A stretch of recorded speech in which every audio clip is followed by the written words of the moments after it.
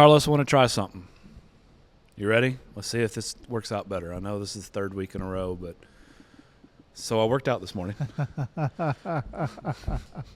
A little bit better. Thank you. It was hilarious. You have to admit that. Thank you. When you played it back, it was hilarious. Thank you. Well, it was the way you said it. You were all slunched over, and like just how you just said it under your breath, just like, man, morning workouts.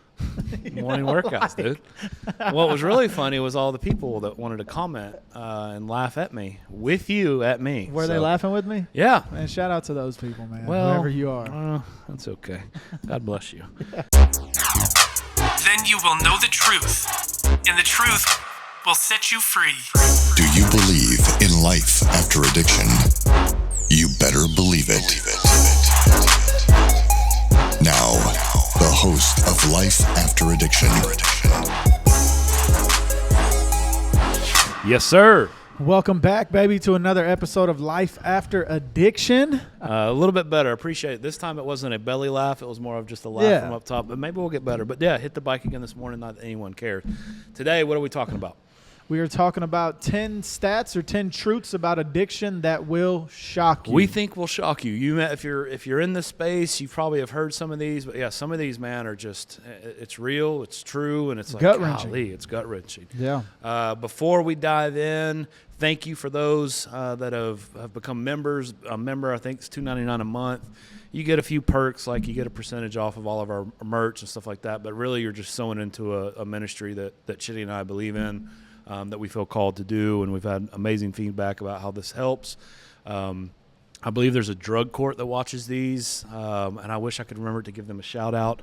I know Kevin Folds was telling me about that the drug court was watching it. So thank you guys.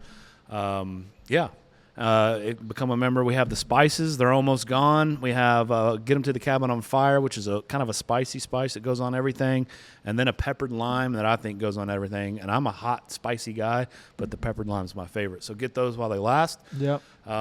You'll lose weight. They make you swim faster, jump higher, everything like that. More athletic all around. I thought they broke generational curses. They break generational curses. You can even fly. I see Carlos doing wings over here.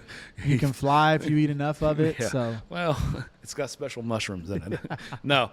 And then lastly, man, as many of you know, we launched a new thing on this vlog that was kind of, I don't know the name yet, but it's A Day in the Life with Isaiah. Very, very good reception. You guys are liking it. Make sure you keep commenting what you want the name to be. The second episode should come out 3 days from now, this coming Monday, Lord willing. So thank you guys for watching that. We think it's pretty good. We'll have to have him in again to talk about it, but he's doing a great job. I'm proud of him. Yeah, shout out Isaiah, man. All right, 10 stats about addiction that we think will shock you. Do you want to start or do you want me to? We can just go every other one, or we both could talk about all of them. Okay, yeah. I'll start with the first one. Hit it. So the first one says record overdose deaths. In 2022, the U.S. saw a record 109,680 drug overdose deaths. That is 109,680 drug overdose deaths, a number driven primarily by the fentanyl crisis. So that's crazy. In 2022, over 100,000 deaths from overdose, specifically pertaining to fentanyl, but that is also outside of fentanyl as well. But over 100,000 people died from drug overdose. Yeah, man. And I think so. All of these things that we're going to cite right now are going to have. So that's a stat from the CDC blog or their website. You can go check that out. But also, I think it's important to talk about these things from men that operate in the space. Like, we see guys coming in. We have to keep up with things going on. And honestly, I can tell you from experience, I believe that number is extremely low that's being recorded for multiple reasons. One, primarily maybe when there's a drug overdose. Obviously that's a hard time. Historically, it's still prevalent, but there's a stigma about drugs and addiction. So the death certificate's a little slower to come out for the family, and so this data is going to be hard to get for 2022, right? They have to get this data in a certain amount of time. Normally, like for 2023, which was last year, we'll get that data probably in August of this year in 2024, and I always believe it's a little bit low. But yeah, overdose deaths is skyrocketing, and that's from 2 years ago. And I think the numbers that we'll get from 2023 are going to be, unfortunately higher. Yeah, I would imagine that would be higher. It's crazy to think, man, because like every year, Adam and I know several people who unfortunately overdose and die. Yeah. And families lose a son, wives lose a husband, children lose a father.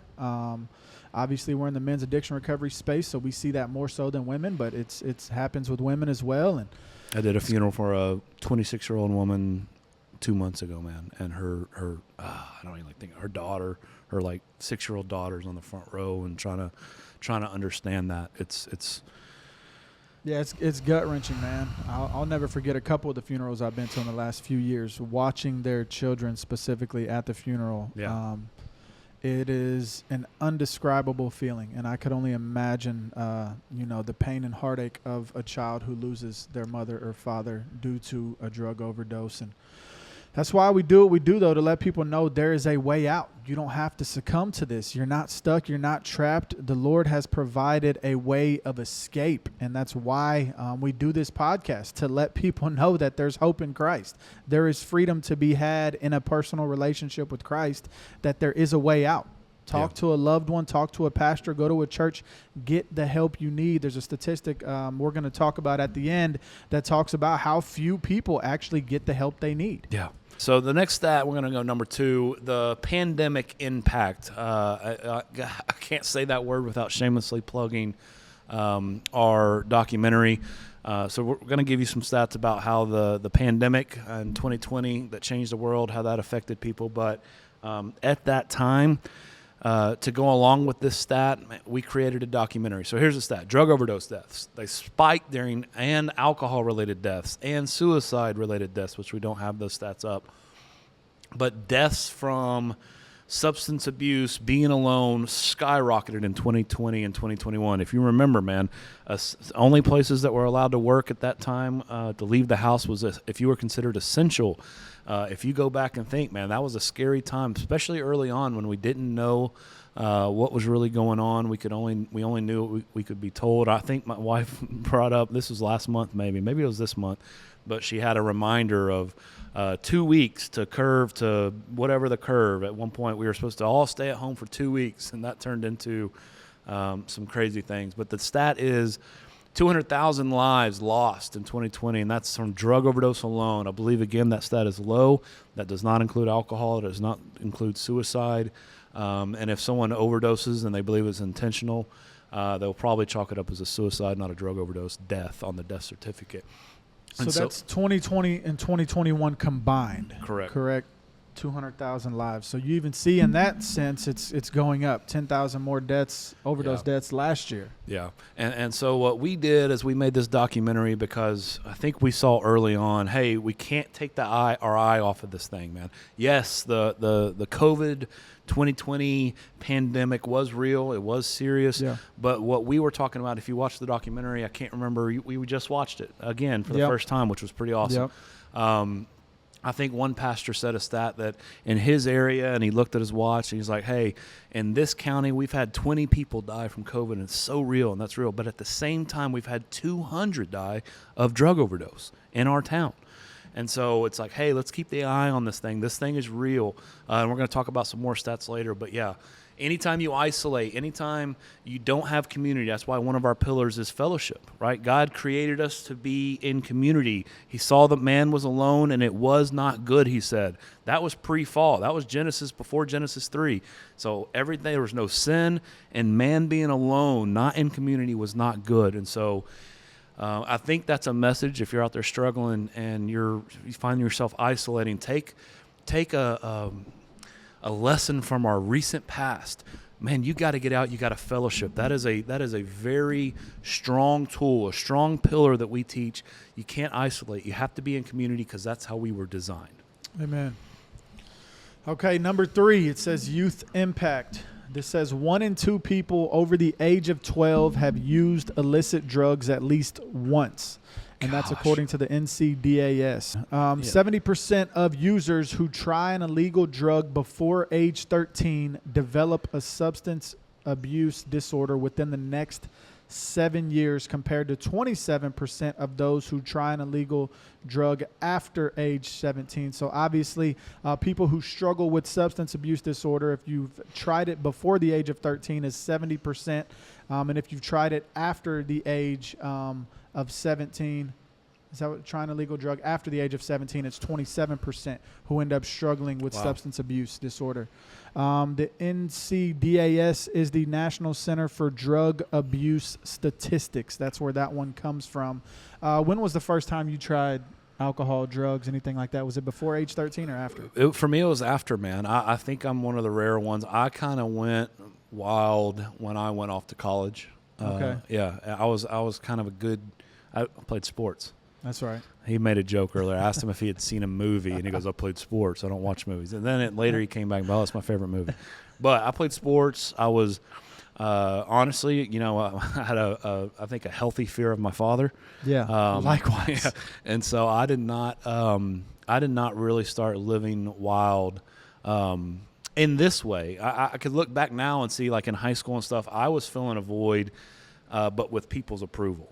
I could be a chameleon. I could go and be an auto mechanic. I could be the jock. I could love music. I could do art, or I could be whoever anybody needed me to be that made me feel, you know what I mean? Yep. So I was filling the void that way. It wasn't until college when I started filling that God-sized hole with chemicals and partying and stuff like that. So. Okay.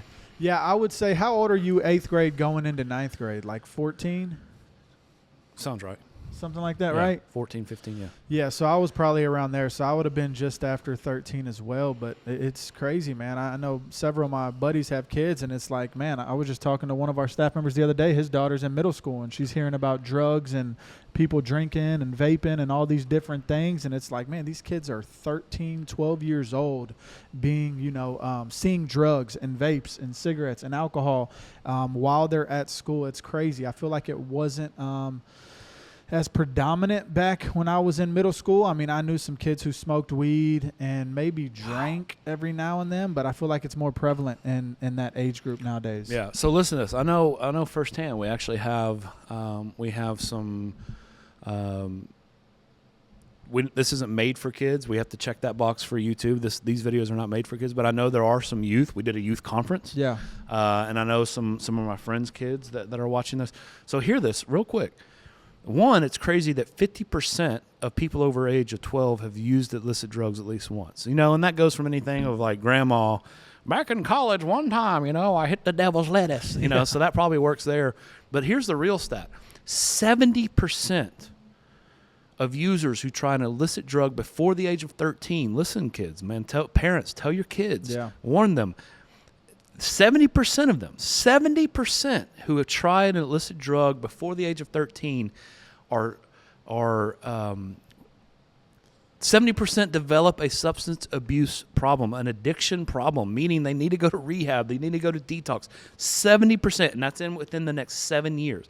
So yeah, maybe you're 15, you're still having fun, but by the time you're 20, by the time you're 19, and we're starting to see, man, 19 and 20, so many that we're actually looking at changing our policy, that we're starting to see so many 18, 19, 20-year-olds come in, and just the maturity level. We've talked about changing our age limit to 21.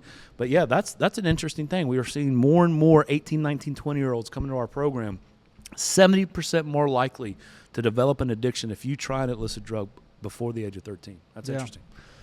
That's crazy. All right, you got Number 4, fentanyl. Here we go, the F word.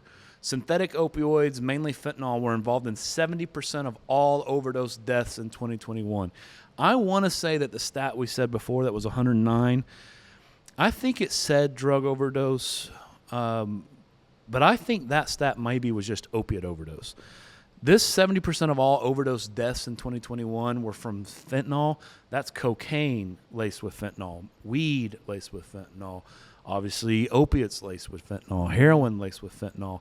But man, this drug, and we need to go back to 4 because in the next few points you're going to understand why this is such a big deal. Fentanyl, and I mean, we're not going to get political and all that, but fentanyl is crazy, man. I heard so many stories of first responders, police officers overdosing because it's just like touched. You see the signs when you're driving by of like the penny and then the little Oh, speck yeah. of sand. Yep. This much fentanyl can kill you. It's crazy, man. Yeah. It's crazy. Yeah, I mean, it's never been safe to do drugs. It's never been healthy to do drugs. It's never been a good idea to use drugs, right? But it is more dangerous now than it's ever been before, you know.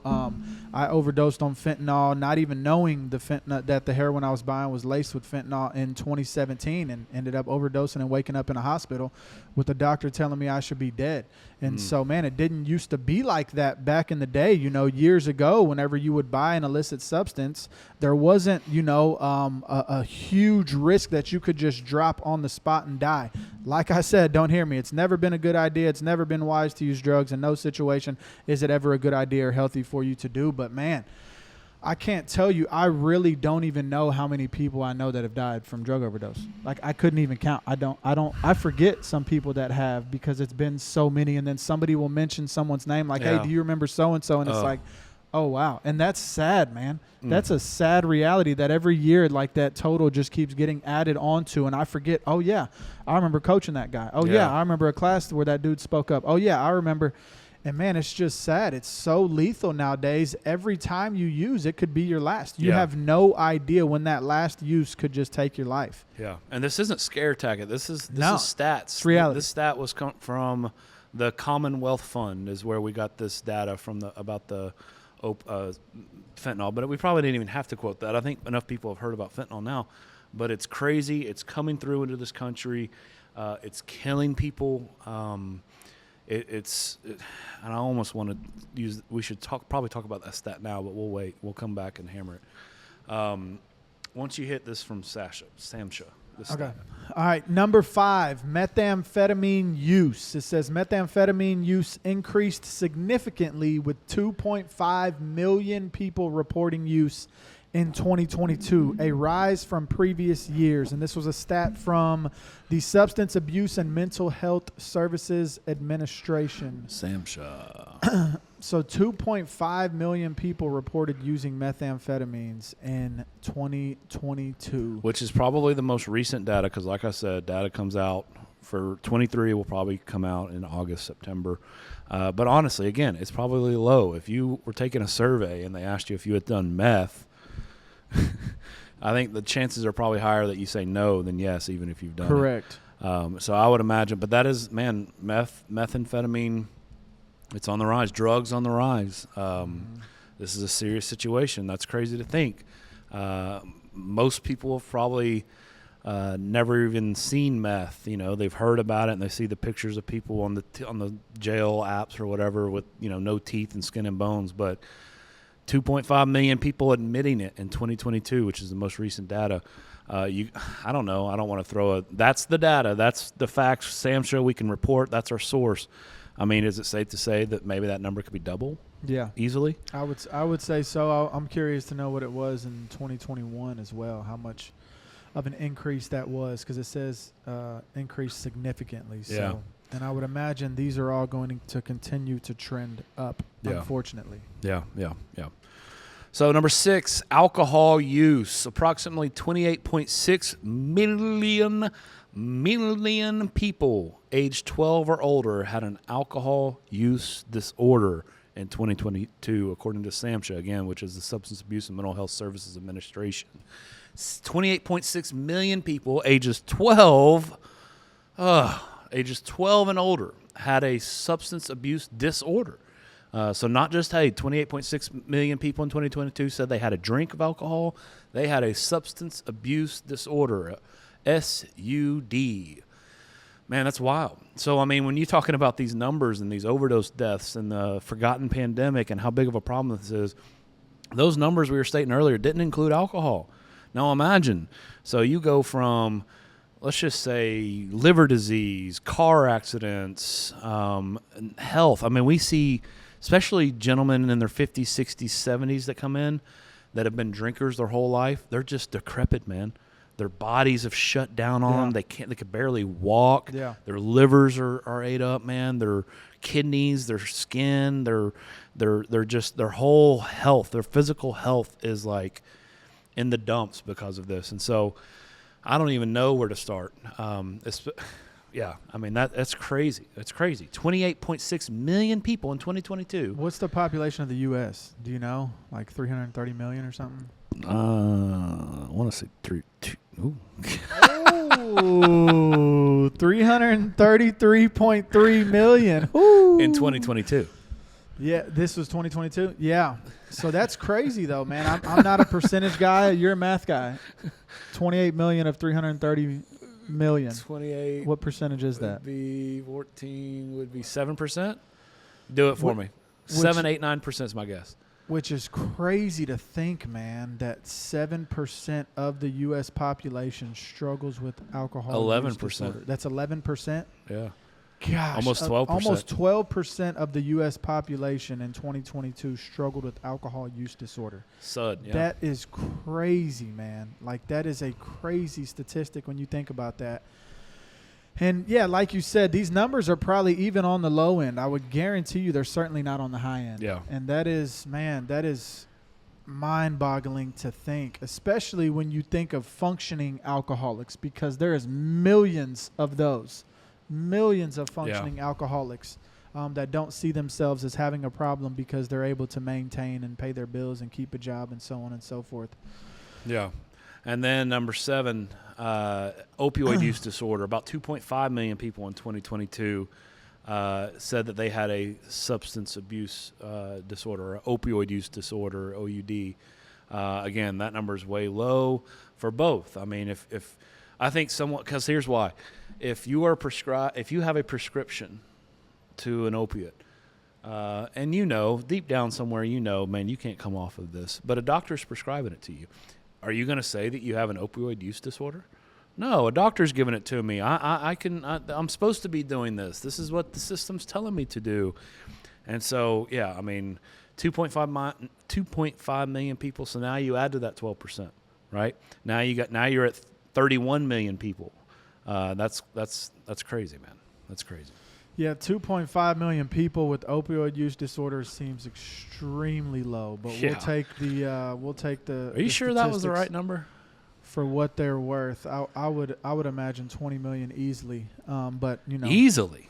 yeah, But Yeah. that just shows that, man, these surveys, I think that's why we're telling you our own opinion, because the data that we can give you, and we're trying to cite sources just to be responsible, but man, we do this.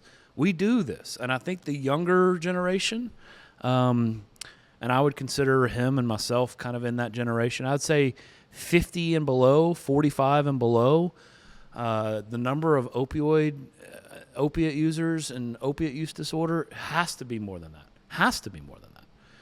And so, yeah. Let's go to number 9. Let me see number 9 and 10, because I might want to switch these up. we didn't do 8. I know. I want to come back to that. Let's start Okay. with number 10, man. This is one, because we're writing all these substance abuses. I think we need to cap it with we're not ending it, but we'll come back to 8 and 9.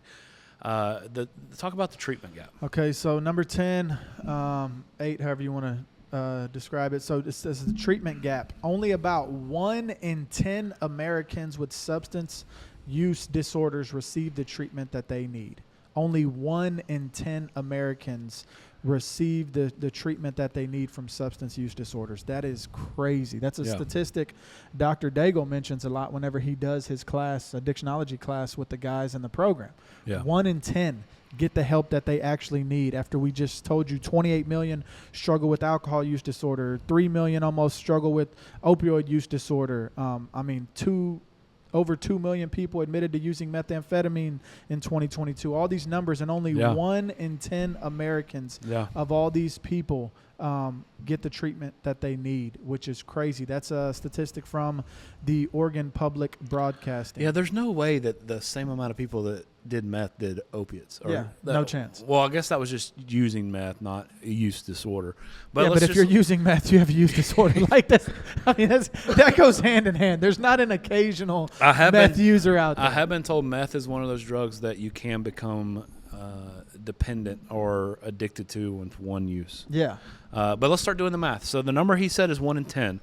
So we had 28 for alcohol. We had 2 and 2. Now we're at 4 million. Now we're at 33 million people with some kind of substance abuse disorder. Now, the stat wasn't 1 in 10 Americans. It was 1 in 10 Americans with a substance abuse disorder. Correct. So now we're at 33 million people. 10% of that. 10% of that number is getting the help they need. Man, that's crazy. That's crazy. And Why do you think that is? I think places are staying. I think for a wide variety of things. I see the red tape and the frustration and the amount of money and the amount of resources and the amount of things it's taking us to build a new facility, to build more beds. That's probably one of them. I think places are staying pretty full. I think that in some sectors of this space, it's a financial gig. It's not about helping people. It's about a profit. I think there's not enough female facilities. I think some facilities that are beneficial are long-term facilities, but they can only keep the same 10, 20 people in their program for a year. I think some places are too expensive. I don't think there's enough resources. I know when I needed help, I didn't have a savings account. Yeah. You know, I didn't have, money in the bank when I was using drugs. I was using all of my money and stealing things to get drugs. I think there's a ton of reasons. I think, never mind. I almost started talking about our website company that took our website hostage. And when I see this stat, it enrages me. Yeah. It enrages me. They took our website hostage and took it offline.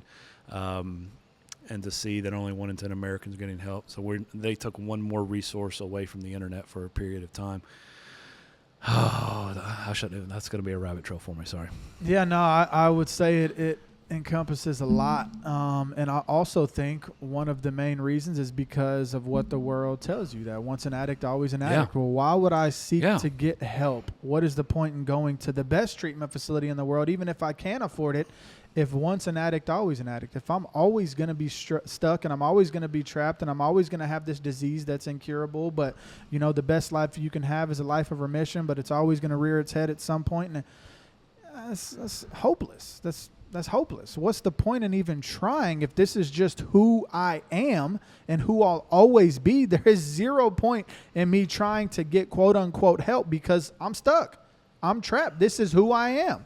Yeah. And I think that in and of itself deters a lot of people as well. I'm not trying to blame shift, right? There is a level of accountability that someone like you and I who had struggled with Sure. addiction for a long time has to own it and acknowledge it and say, hey, this is on me. Maybe some bad things have happened, but I can get help, man. I need to push forward and get the help that I need. But, man, if you tell somebody that they're stuck and they're trapped their whole life and that's the main methodology that they're pushing and promoting and that's the agenda that they're feeding people, well, they're going to buy into it at some point. They're believing the doctors. They're believing these people Yeah. who are telling them that, man, there's really no help that you can have. Yeah, and to remove hope is to cease to live. Without hope, you're not living. Yeah. And if it's already one of the scariest things, that's part of the reason that we started the vlog, is to take away some of the fear of getting help. You know what I mean? Yeah. To show what it's like in a day in the life at a rehab. But if you're already scared to death to go do something you've never done, about people judging you, and then you're also told that you're always going to be this and you're removing the hope from it, yeah, it's a doomsday recipe. So if you're listening, if you're watching, and you're struggling with addiction, and you just heard that 10% of the people that need help in this country, over 35 million. So, hey, brother, hey, sister, you're not alone. And that's just with meth, that's just with opioids, and that's just with alcohol. There's benzo, there's all sorts of other addictions that we didn't account for in that 34 million people. You're not alone. 10% get help. Reach out today. Don't wait, man. Don't wait. Get help today. There is hope, I promise you, by the authority of God's word and our own testimony sitting here today as Freeman, that there is hope. Reach out today. Don't wait. Don't wait. 10% of people are getting the help that they need. Please be a part of that 10%. Please be a game changer. Amen. Next to last, and I'll let you hit the last thing. All right. Did you just hit that one, or did I? I hit the treatment gap Okay. one. So here's the thing, number 9. Another reason that I'm telling you to get help, man, and that we're like beggars begging you to get help, whether it's with us or not, get help. Get help today. We recommend strongly a Christ-centered place, man, because you're dealing with the root of the issue from the inside out, not from the outside in. The number one cause of death for men and women ages 18 to 50 in the United States is drug overdose.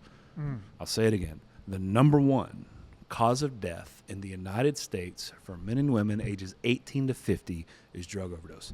Not heart, not cancer, not lung, breathing, respiratory, not all of the other, not car accidents, not everything else you can think of. It is drug overdose or overdose. The number one cause of death. Get help, man. That's mind-blowing. That's mind-blowing. Because your mind wants to think, no, it's got to be cardiovascular, it's got to be heart, no, it's got to be cancer, no, it's got to be whatever it is that, that's killing everybody. No, it's drug overdose. I wonder what year was the first year that stat became. I think it's been true. going now for a few years. Wow. Like 4 to 5. I could be wrong on that. But yeah, again, I push you back to the forgotten pandemic, man. This thing is forgotten. To hear that stat, to hear that shocking stat, as you saw in the precursor of this thing, to hear that stat and do nothing, you're asleep. This is a forgotten pandemic going on right here. Wake up, oh sleeper. Number one cause of death. That's crazy. Ages 18 to 50. All right, last one. Says weapon. So 18 attorney generals signed a petition to declare fentanyl as a weapon of mass destruction. And this was in what year did that happen? Last year, right? 18 state attorney generals, including our state, Tennessee, signed a petition that went straight to President Biden's desk to declare fentanyl a weapon of mass destruction, a WMD. And if you're my age, if you're his age, man, you don't have to go back too far to know how serious a weapon of mass destruction is. We went to war over the thought that a country has WMDs and they're hiding them. We went to war. We sent our country to war, and 18, it might be more than that, but 18 state attorney generals signed a letter asking President Biden to declare fentanyl a weapon of mass destruction because fentanyl is doing so much damage physically to our lives, our economy, everything else, man. It's killing us. It's the number one cause of death. Fentanyl's probably 70-80% of that. Yeah. Killing our youth.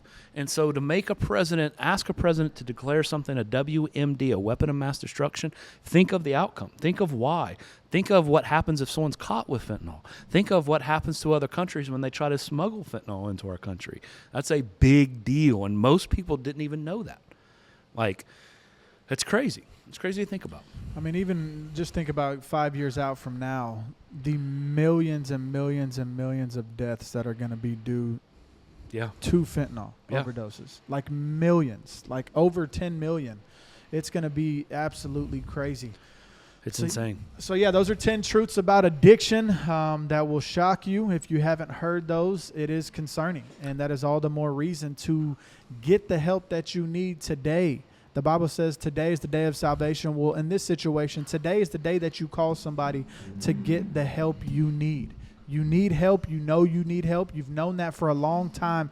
Humble yourself today. Call a friend, call a family member, call up a facility, a church, call up somebody, let them know your situation and let them know that you are desiring help, whether it's opioids, whether it's meth, whether it's drugs, alcohol, whatever it is that you are struggling with and have been for some time. Reach out today and get the help that you need. Yeah, I want to finish with this. Romans 1:16 says, "For I am not ashamed of the gospel, for it is the power of God for salvation." Man, power of God. If you are struggling with such a powerful addiction, it's consumed you, it's controlled you, it's made you obey its commands, and the aspect of you've gone further than you've ever gone and stayed longer than you ever desired, know that there is a God that has power over it, dominion over it. But man, I got to tell you this, and this is the truth, another shocking statistic maybe, or not statistic, another shocking fact, but the gospel's not for everyone. The verse continues, "For I am not ashamed of the gospel, for it is the power of God for everyone who believes." Surrender to Christ. There's a much better way. There's freedom from this. Man, that's what I want to end on. That's it, baby. That's life after addiction. You better believe it. Come on. Let's go. thank you for listening to this episode of Life After Addiction. Life After Addiction is a production of S2L Studio. For more Christ-centered addiction recovery resources, please visit s2l.net. That's S2L.net. For more information about S2L's licensed and accredited residential program, please visit s2lrecovery.org. That's S2L recovery.org.